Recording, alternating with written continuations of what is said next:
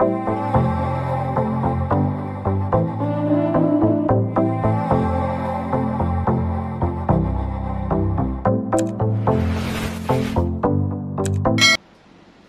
pagi sahabat jejak sepatu planter.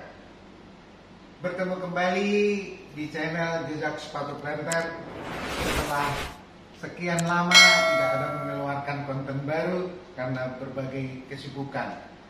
Dan pada libur kali ini mudah-mudahan jejak sepatu planter bisa merilis beberapa konten dan semuanya masih tentang tanaman kelapa sawit.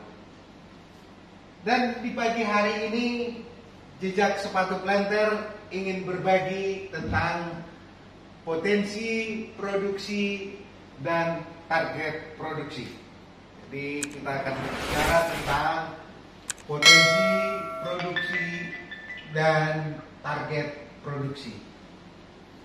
Kita ketahui bahwa potensi produksi itu disusun berdasarkan yang pertama kelas lahan, yang kedua umur tanaman, yang ketiga jenis bibit. Ya, jadi kelas lahan itu juga penyusunannya sangat komprehensif, menyangkut berbagai aspek, termasuk di dalamnya kondisi iklim seperti curah hujan, suhu, cahaya matahari, dan aspek lingkungan lainnya. Termasuk juga di dalamnya kondisi fisik dan kimia tanah. Jadi semua aspek itu menentukan tentang kelas lahan. Maka kita kenal istilah kelas lahan kelas 1, lahan kelas 2, kelas 3, N1 atau N2.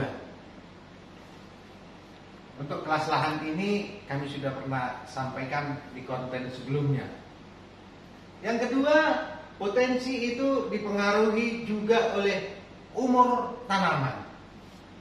Jadi berapa usia tanamannya, di mana kita ketahui biasanya di tahap awal produksi naik pelan, tetapi kemudian setelah 7 tahun ke atas sampai 13 tahun biasanya produksi meningkat dengan cepat. Jadi ada hubungannya dengan umur tanaman.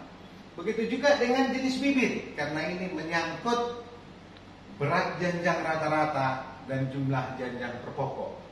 Dan kesemuanya ini tentunya tidak bisa lepas dari apa yang disebut dengan SPH atau stand per hektar ataupun jumlah tegakan tanaman dalam 1 hektar. Nah, dari semua ini maka disusunlah beberapa potensi produksi. Yang pertama yaitu potensi produksi teoritis. Potensi produksi teoritis kira-kira diartikan demikian. Satu tanaman kelapa sawit menghasilkan berapa banyak pelepah dalam 1 tahun.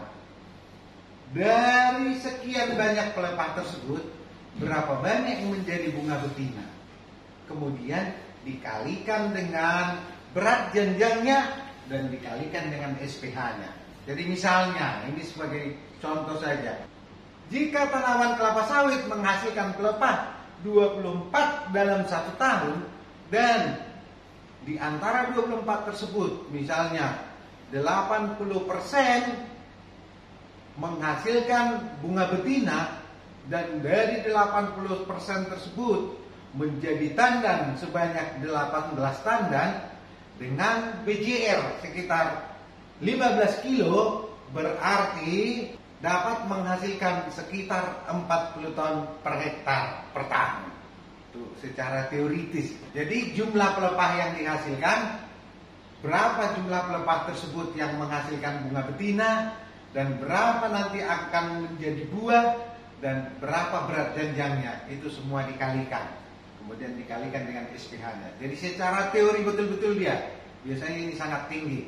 Bahkan ada buku yang mengatakan bahwa sebenarnya tanaman kelapa sawit itu bisa menghasilkan 18 ton minyak per hektar per tahun secara teoritis. Mudah-mudahan itu bisa dicapai. Nah, yang kedua itu potensi konservatif.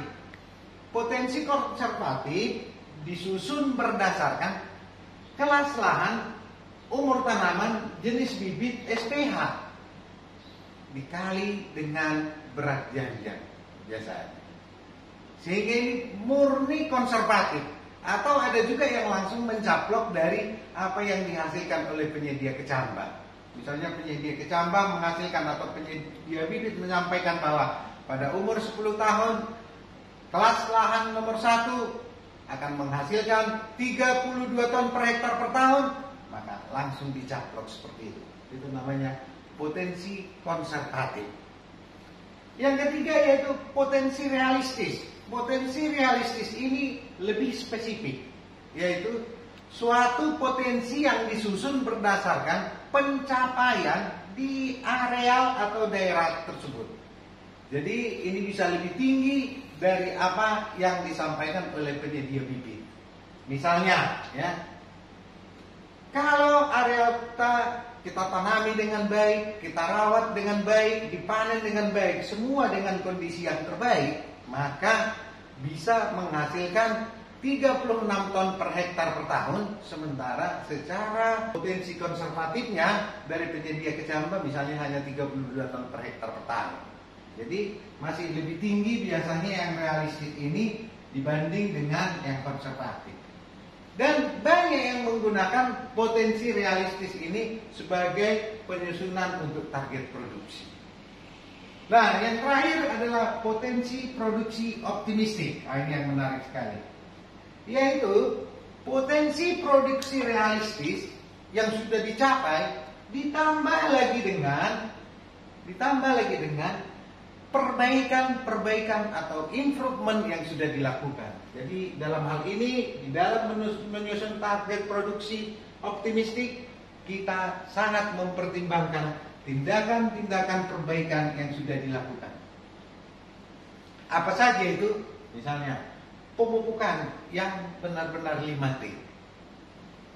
Konservasi tanah, ini sangat banyak dan sangat penting, ya.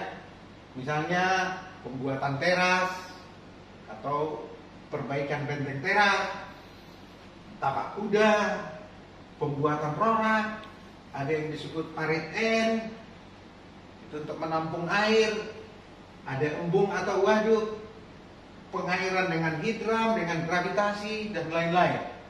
Pengelolaan tumbuhan penutup tanah juga termasuk di sana. Ya. Jadi tindakan-tindakan perbaikan yang dilakukan yang mendukung produksi itu menjadi bagian perhitungan ketika menyusun target produksi.